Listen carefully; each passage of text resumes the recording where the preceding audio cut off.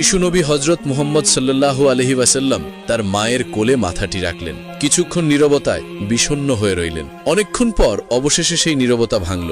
ছোট্ট নবী হযরত মুহাম্মদ সাল্লাল্লাহু আলাইহি ওয়াসাল্লাম তার মাকে বললেন, আম্মাজান, আজ খেলা শেষে সবার বাবা এসেছিলেন। একজনের বাবা তাকে কোলে তুলে নিলেন, আরেকজনের বাবা তার জন্য খেজুর নিয়ে এসেছিল। খুব যত্ন করে সেই খেজুর খাওয়ালেন। খেলা শেষে সবাই তাদের বাবার সাথে আনন্দে উল্লাসে খুশি মনে বাড়ি ফিরে গেল। আম্মাজান, আমার বাবা কোথায়? তিনি কেন কোনোদিন আমাকে নিতে আসেন না? আল্লাহ, আমাদের প্রিয় শিশু নবী হযরত মুহাম্মদ সাল্লাল্লাহু আলাইহি ওয়াসাল্লাম কতটা আকুতি ও বিনয়ের সাথে বুকে কষ্ট নিয়ে এই কথাগুলো মাকে বললেন। তখন ছোট্ট নবীর কথা শুনে আমিনার বুকটাও কষ্টে কেঁপে উঠল। যেই প্রশ্নটি তিনি এতদিন এড়িয়ে গেছেন, আজ সেই প্রশ্নই তার সামনে। তিনি দীর্ঘশ্বাস ফেলে মুহাম্মদ সাল্লাল্লাহু আলাইহি ওয়াসাল্লামের মাথায় হাত বোলালেন, তাকে আদর করে চুম্বন করলেন। মা আমিনার চোখ তখন বেদনায় ছলছল করছিল। তারপর আমিনা শিশুনবীকে বললেন, তোমার বাবা, তিনি তো এক অনেক দূরের সফরে গেছেন, এমন এক জায়গায় গেছেন যেখান থেকে কেউ আর ফিরে আসে না। বাবা, তিনি আল্লাহর কাছে আছেন। ছোট্ট নবী হযরত মুহাম্মদ সাল্লাল্লাহু আলাইহি ওয়াসাল্লাম এই কথা শুনে মা আমেনাকে তখন বললেন, আল্লাহর কাছে? আচ্ছা আম্মা, তিনি কি আমাদের দেখতে পান? তখন হযরত আমেনা রাদিয়াল্লাহু তাআলা আনহু বললেন, হ্যাঁ বাবা, তিনি আকাশ থেকে আমাদেরকে দেখেন। তোমার বাবা দেখেন তার ছেলে কতটা ভালো, কতটা শান্ত।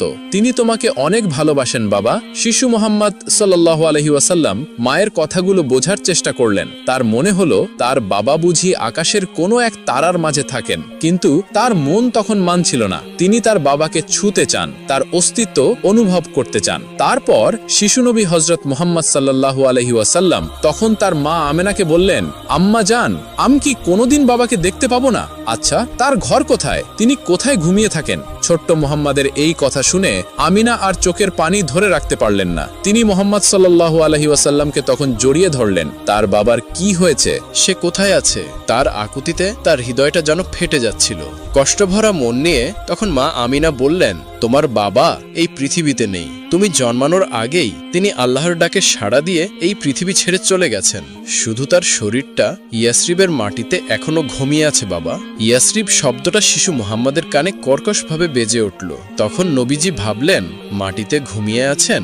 এই কথাটা তিনি পুরোপুরি না বুঝলেও এতটুকু বুঝলেন যে তার বাবার কোনো একটা চিহ্ন সেখানে আছে। তার শিশুসুলভ সরলতায় তিনি এক দৃঢ় সিদ্ধান্ত নিলেন। তারপর ছোট্ট মুহাম্মদ সাল্লাল্লাহু আলাইহি ওয়াসাল্লাম তার মা আমিনাকে বললেন, আম্মা জান, আমি বাবার কাছে যাব। তিনি যেখানে ঘুমিয়ে আছেন আমি সেই জায়গাটি দেখতে চাই। তুমি কি আমাকে নিয়ে যাবে? আমিনার বুকের ভেতরটা কেঁপে উঠল। এই দীর্ঘ বিপদসংকুল পথ পাড়ি দিয়ে ছোট্ট শিশুকে নিয়ে তিনি কিভাবে যাবেন? কিন্তু মুহাম্মদ সাল্লাল্লাহু আলাইহি ওয়াসাল্লামের চোখের দিকে তাকিয়ে তিনি আর না করতে পারলেন না। এই নিষ্পাপ চোখের আকুতি তিনি কিভাবে উপেক্ষা করবেন? কিভাবে তিনি তাকে ফিরিয়ে দেবেন? তিনি তখন ভাবলেন, হয়তো এটাই নিয়তি। হয়তো পিতার কবরের মাটি তার হৃদয়ের এই শূন্যতা কিছুটা হলেও শান্ত করে দেবে। তখন আমিনা তার চোখের পানি মুছতে মুছতে হযরত মুহাম্মদ সাল্লাল্লাহু আলাইহি ওয়াসাল্লামকে বললেন, হ্যাঁ, আমি তোমাকে নিয়ে যাব। আমরা ইয়াসরিবই যাব। তোমার বাবার কবরের পাশে দাঁড়িয়ে তুমি তার জন্য দোয়া করবে। তিনি তখন অনেক খুশি হবেন।